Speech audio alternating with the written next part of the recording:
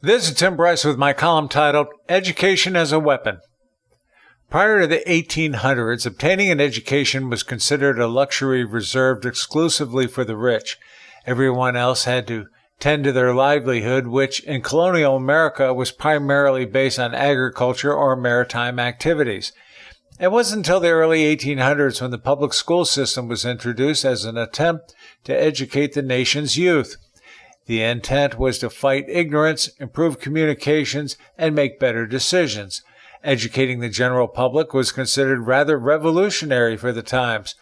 Today, we tend to take it for granted. By combating ignorance, education was used as a tool to improve the country internally and externally. In other words, it allowed us to become more competitive, something sorely needed for a fledgling country. From this perspective, education was used as a weapon to allow us to effectively compete on the world stage. Beyond combating ignorance for competitive purposes, governments found education to be indispensable for pushing forward political agendas. As Soviet dictator Joseph Stalin correctly observed, quote, "Education is a weapon whose effects depend on who holds it in his hands and at whom it is aimed," end quote.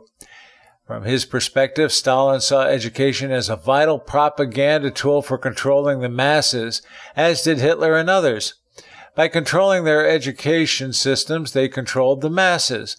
Not surprising, the communist goals of 1963 included, quote, "Get control of the schools, use them as transmission belts for socialism and current communist propaganda, soften the curriculum, get control of teachers' associations, put the party line in textbooks," end quote. There is indeed power in shaping the minds of people, be it impressionable youth, teenagers, adults, or senior citizens. As Americans, though, we tend to naively believe the public school system, which is funded by American taxpayers, is not being used for political or social purposes, that it is being used primarily to combat ignorance and improve the IQ of the masses. However, because of the failure of people to effectively parent their youth, the responsibility has defaulted to school systems which explicitly or implicitly teaches morality, socialization, sex education, and yes, politics. Such subjects are most definitely not what American taxpayers had in mind, but sadly, this is the hard reality of the times we live in. For example, consider the proposal in some states to teach a sex education curriculum at the elementary school level. That's K through 5. Supporters contend the curriculum will help students better understand human anatomy as well as both hetero and homosexual relationships, which should, in theory, result in students making better life decisions. Opponents see this as a threat to morality and question the necessity of teaching such lessons at an early age. Frankly, I think the proposal is improper as they are teaching the wrong people.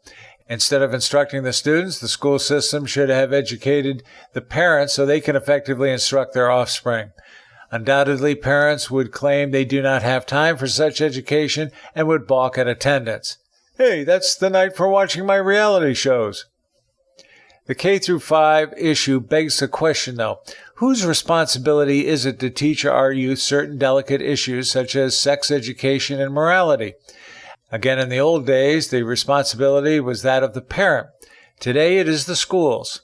As an aside, our school systems would do us all a great service by offering adult training in parenting, thereby taking the responsibility off the shoulders of the teachers where it doesn't belong. There is a fine line between teaching core subjects such as language skills, math, science, etc., and teaching political or social values.